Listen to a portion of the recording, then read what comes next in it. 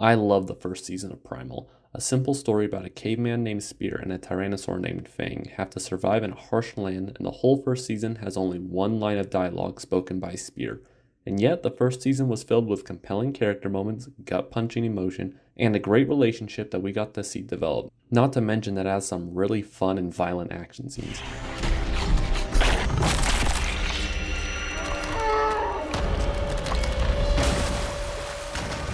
The first season is pretty much perfect, with my only minor, and I do mean minor, complaint being that the Night Feeder episode just felt a little repetitive since the mad sauropod already did the idea of this horrible monster chasing the protagonists. But the mad sauropod has a lot more hard-hitting emotional moments in it, but this is a nitpick since the Night Feeder episode is still enjoyable with some nice gory moments in there. So with such high praise for Season 1, I and everyone else who watched the show had extremely high expectations for Season 2, especially since the first season ended with such a big cliffhanger. Mira.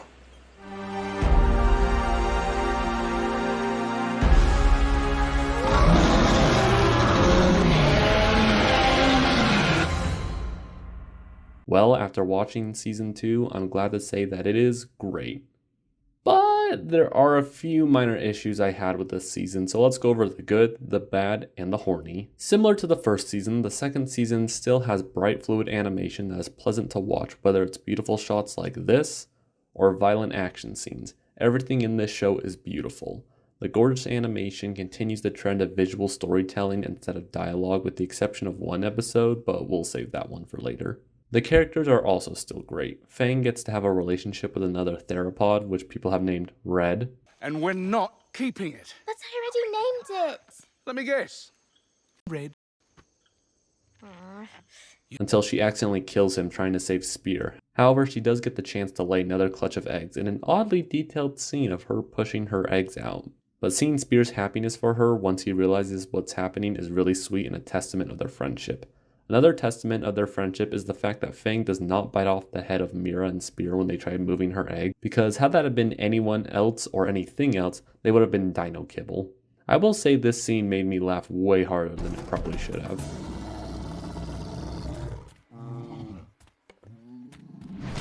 Spear is still good. I really like his reaction to being around all these humans when it's pretty clear from Season 1, as well as a flashback, that many of the Neanderthals, which I'm assuming he is, are pretty rare or just flat out extinct. So seeing him bond with different tribes of people is really good. However, even though he does bond with these other tribes to a certain extent, it's clear that he doesn't see himself as part of them, and more of an outcast, the last of his line.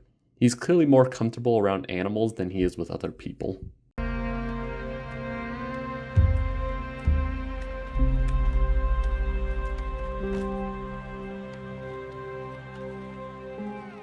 I like Mira. We get to know about how she became a slave, and it's cool seeing her being added into the group dynamic and what that entails. Not a whole lot to say about her without mentioning the KFC dating simulator incident. That analysis will come later.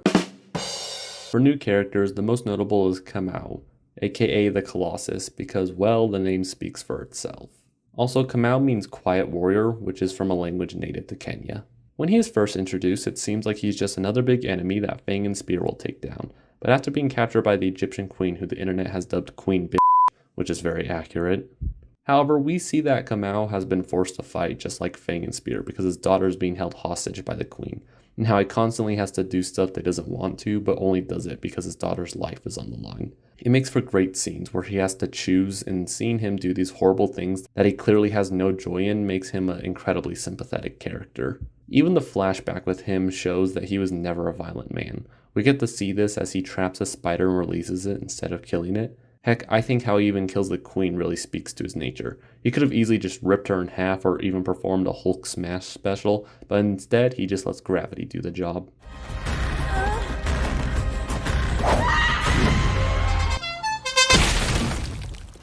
Next, the Viking chief and son, and the Viking episode as a whole. This episode to me demonstrates the biggest theme of this season, and that is nothing is black and white, and how human nature is not entirely evil, but it is also not entirely good.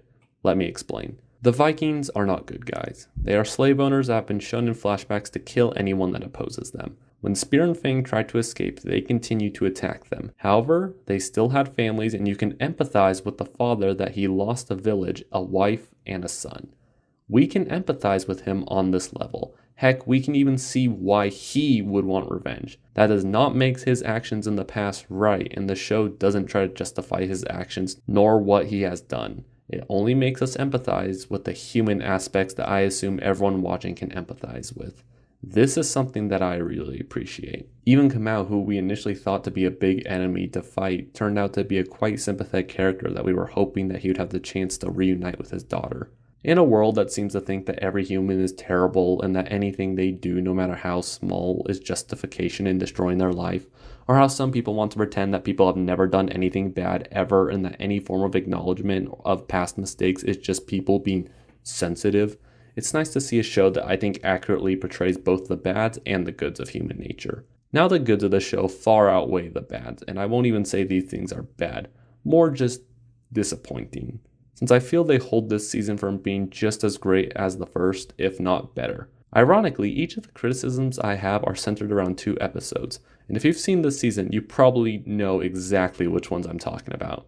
So let's start off with the Primal Theory. Under the right circumstances, facing a primeval threat, I assure you, gentlemen, that our evolution will revert back to its primal savage form, fighting for survival at the very cost of humanity. When this episode first aired, a lot of people really didn't like it because it didn't play a role in the larger story, and it got in the way of a cliffhanger of the Viking chief and his eldest son going to avenge their fallen tribe and family. However, I waited just because it could be related in a later episode.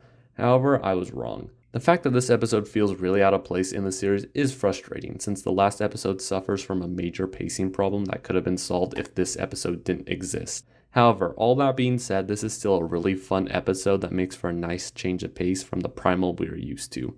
When talking about it with my friend who I looped into this show, he suggested that it would have made for either a good prologue or epilogue type episode if we were able to get it in addition to the requested 10 episodes, which I think would have been a fun way to do it. This episode to me was also more terrifying to be in than, say, a standard Primal episode, just because even when they were facing incredibly difficult opponents, Spear and Fang still knew how to take care of themselves, with both being excellent fighters. However, here it's just normal people, so the feeling of helplessness is amplified as they're being hunted by the madman. Another little detail that is cool is that as the episode progresses and as they fight to stay alive, the scientists progressively devolve into weapon choices, with the first option being guns, then medieval weapons, then some good old boxing, and finally a primitive spear. It's just a nice little detail that really sells the whole Primal Theory idea, and that punchline at the end is just hilarious. It reminds me of the punchline at the end of Free Churro from BoJack Horseman.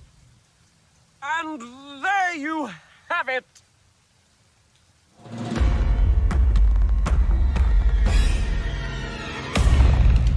Overall, the episode is still great. However, the out of placement and the fact that it contributes to a major pacing problems of the final episode is understandable and a little frustrating. So let's talk about that final episode and how it foreplays out. Mira finds her village, but Spear doesn't really belong. He feels alone despite being around other people and feels that he is the last of his kind. So the Viking chief, now a fire demon, as part of his deal with the devil, comes to have his revenge against Spear and Fang. We get a fairly quick fight scene considering how much this was built up. Spear tackles the fire demon off a mountain, which results in him becoming Freddy Krueger. The demon drags the Viking chief back to hell. Mira bangs Mustafar's spear. She has a kid who is now a teenager, as well as Fang's 2 children are now grown. Yeah, a lot kinda happens in this last episode, and the fact that it is rushed in the conclusion for all the characters does leave a bit to be desired. So let's talk about the mammoth in the room. Or in this case, the tall, bald lady having sex with the extra crispy caveman in the room. The context of the scene is really good. Mira sees that Spear sees himself as alone, and her gift to him is to have his kid to preserve his lineage. And I think that is a powerful scene. That is a great expression of love, and not just a sexual love, despite the act itself being, well, sexual. However, the moment is kind of ruined when there wasn't much hinting at any kind of a romantic relationship between the two. At least nothing to this degree. And the fact that Spear looks like an overdone steak and is in constant pain and Mira just gets on top and they just start going at it. Also, the scene does feel a tad rapey. I'm not saying it is, but I think the conditions do also ruin the moment. Also, the fact that Spear never gets to see his daughter or even know that Mira gets pregnant, because it seems like unless you're a 14-year-old couple getting pregnant in high school, it's not quite as easy as it appears to get pregnant. So how would I change this scene? Well, if I still had to keep the 10 episode limit, I would probably cut the Primal Theory episode, because as much fun as it is, it doesn't really play a role in the larger story, and because of that, the larger story suffers for it.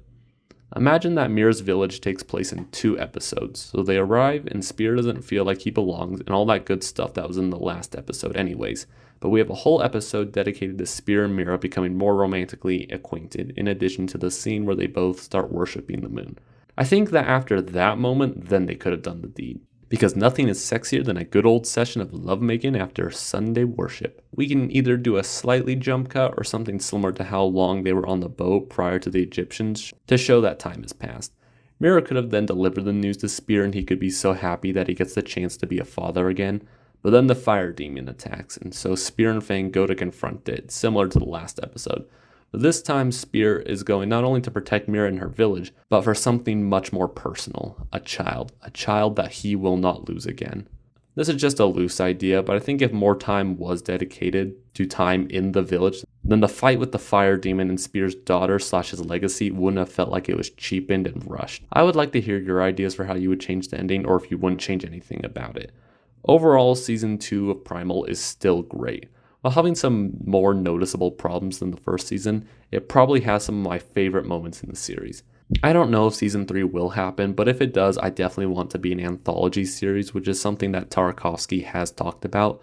I don't want Season 3 to be Spear's kid and Fang's kid go on adventures. While I'm sure it would still be done well, especially since Tarkovsky is a great creator, I feel like it would get repetitive, especially if the whole season was dedicated to it. I wouldn't mind one episode of maybe showing them grown up, but I don't want the whole season. I definitely want to see more of this world, since it's much larger and complicated than we could have ever thought. So here's to hoping that Primal gets a Season 3, and that more people go and watch the rest of the show to see how great it is, and how storytelling can be done with such a powerful medium of television. Thank you, spank all those buttons, have a great day, and I hope that everyone stays safe out there. Bye bye.